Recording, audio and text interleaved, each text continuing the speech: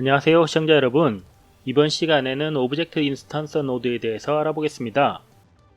애니메이션 노드를 강력하게 만드는 것 중에 하나는 다수의 오브젝트를 간단하게 제어하는 기능입니다.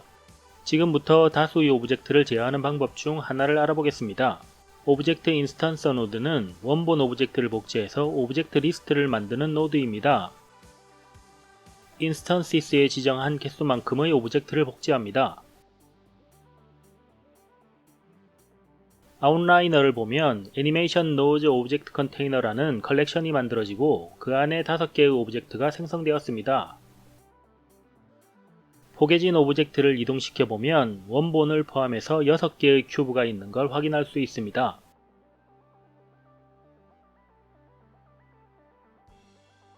뷰어로 출력 내용을 확인해 보겠습니다.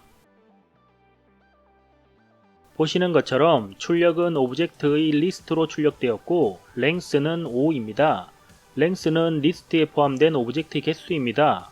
리스트는 데이터를 입력된 순서대로 번호를 매겨 관리하는 자료 구조입니다.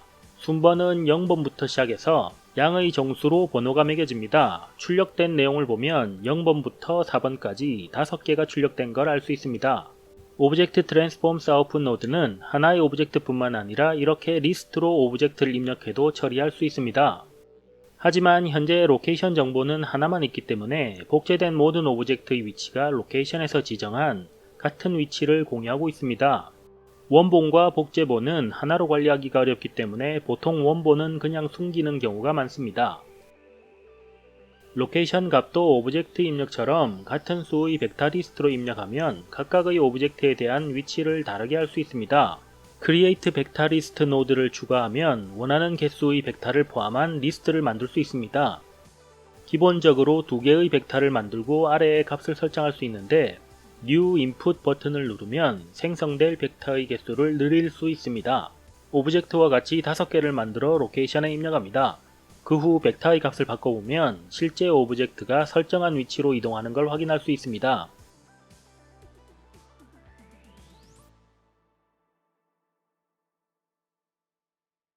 하지만 이 방법은 작은 개수의 오브젝트를 제어할 때는 상관없지만 수백 수천의 오브젝트를 제어할 때는 적합하지 않습니다. 그래서 오브젝트의 위치 벡터 리스트를 만드는 다른 방법을 알아보겠습니다. 첫 번째는 벡터를 랜덤하게 생성하는 랜덤 벡터 노드입니다. 여기서 랜덤이란 무작위로 표본을 만들어내는 걸 말하는데 우리말로는 보통 난수를 만든다고 합니다.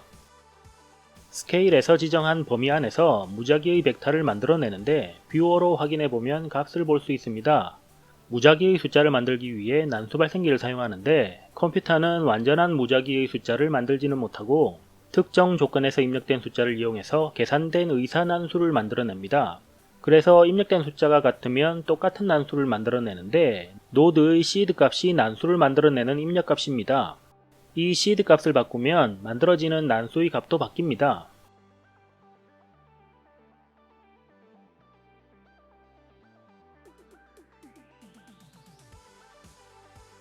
위에 있는 노드 시드 값은 노드마다 다른 난수를 발생하기 위해 조합하는 시드 값으로 노드를 복제하면 노드 시드가 바뀌는 걸 확인할 수 있습니다. 노드 시드 오른쪽에 있는 Create List 버튼을 켜면 하나의 랜덤 벡터가 아니라 랜덤 벡터의 리스트를 만듭니다. 버튼을 켜면 카운트 속성이 표시되고 여기에 지정한 개수의 벡터를 가지는 리스트를 만듭니다. 복제된 오브젝트의 숫자와 같게 해서 로케이션 입력과 연결합니다. 타임 커서를 움직여보면 위치가 애니메이트 되지 않는데 타임 인포 값을 시드에 입력하면 애니메이트 시킬 수 있습니다.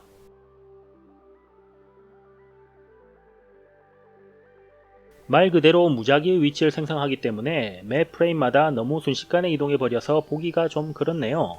그래서 다른 노드 하나를 알아보겠습니다. 두 번째 알아볼 노드는 벡터 위글 노드입니다.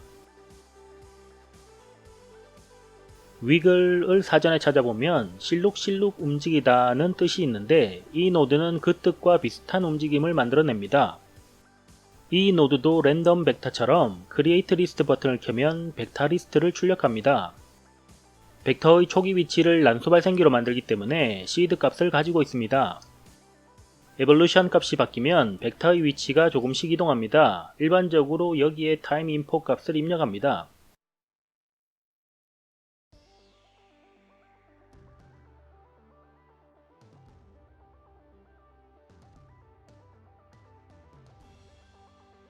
스피드는 오브젝트가 이동하는 속도를 바꿀 때 사용합니다.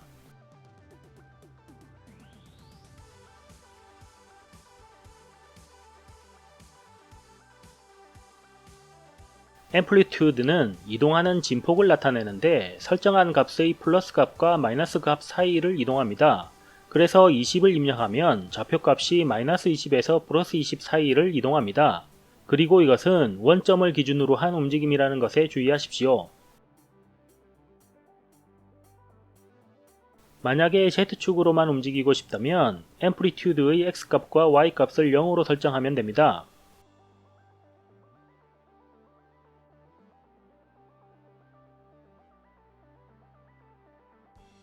나머지 두 속성은 쉽게 생각하면 움직임의 복잡도를 설정하는 것으로 값을 올리면 좀 더 복잡하게 움직입니다.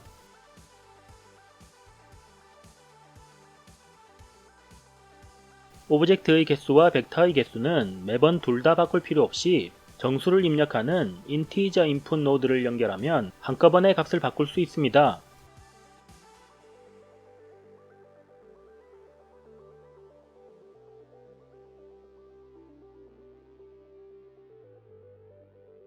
랜덤 벡터 노드와 벡터 위글 노드는 둘 다 벡터의 위치를 무작위로 설정하는데 위치를 정확히 지정하고 싶을 때 벡터 리스트 노드처럼 일일이 입력하지 않고 지정하는 방법을 알아보겠습니다. 그중 가장 간단한 방법은 메쉬의 꼭지점 위치를 좌표로 읽어와서 오브젝트의 위치로 사용하는 것입니다. 장면에 서클 하나를 추가했습니다. 이제 이 서클의 꼭지점 위치에 큐브의 복제본을 위치시켜 보겠습니다. 장면의 메쉬 데이터를 노드 편집기로 불러오는 노드가 메쉬 카테고리의 메쉬 오브젝트 인풋 노드입니다. 불러올 메쉬 데이터를 가지고 있는 오브젝트를 선택합니다. 여기서는 입력 소켓을 이용하지 않고 그냥 선택하겠습니다. 오브젝트가 선택되면 vertex locations 출력 소켓으로 꼭지점의 위치 벡터를 리스트로 내보냅니다. 꼭지점의 개수가 32개임을 알 수 있는데 뷰어에는 14번까지 15개만 표시되고 나머지는 점점점으로 표시됩니다. 꼭지점 벡터 리스트를 로케이션에 연결하기만 하면 됩니다. 벡터는 32개지만 오브젝트가 5개만 만들어져 있습니다. vertex locations 소켓을 instances에 연결해줍니다. 보시면 두 소켓의 데이터의 종류가 다르기 때문에 데이터를 변환하는 노드가 추가되었습니다. getListLength 노드는 입력된 리스트에 포함된 요소의 개수를 정수로 출력합니다. 이제 오브젝트의 숫자와 꼭지점의 숫자가 모두 맞게 설정되었습니다. 오브젝트들이 서로 포개지지 않게 크기를 조금 줄이겠습니다. 원본의 크기를 조절하는 것으로는 전혀 영향을 받지 않습니다. 크기를 바꾸려면 오브젝트 트랜스폼스 아웃풋 노드의 스케일 설정을 바꾸어야 합니다.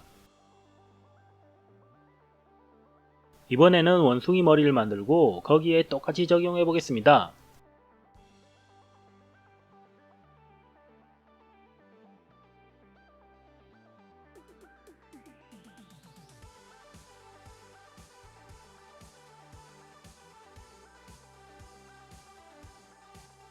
머리 부분이 너무 듬성듬성하네요. 면을 더 분할하겠습니다.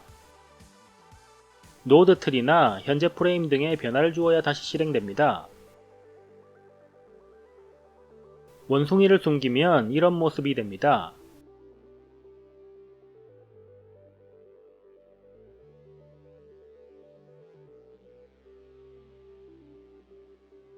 장면에 추가된 메쉬에서 정보를 불러오는 것 이외에도 노드를 이용해서 메쉬 정보를 만들 수도 있습니다.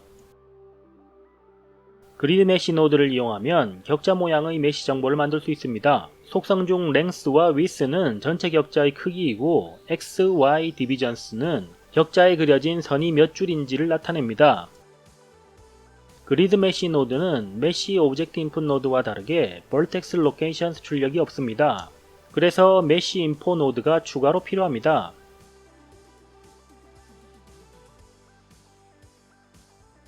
메쉬 인포 노드는 입력된 메쉬 정보에서 각각의 구성 요소별 정보를 분리해서 추출해낼 수 있습니다. 우리는 vertices 출력만 이용하겠습니다. 보시는 것처럼 격자의 꼭지점 위치에 오브젝트들이 배치되었습니다. 큐브의 크기를 원래 크기로 바꾸고 그리드의 크기를 키워서 큐브끼리 포개지지 않게 하겠습니다.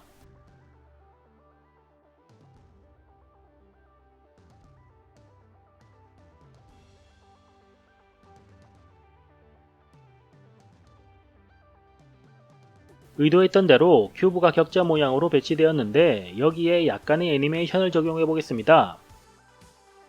방법은 현재 설정에 벡터 위글 노드를 더해주는 것입니다. 두 벡터를 더해주기 위해 벡터 매스 노드를 먼저 추가합니다. 그리고 벡터 위글 노드를 추가해서 비입력 소켓에 연결해줍니다.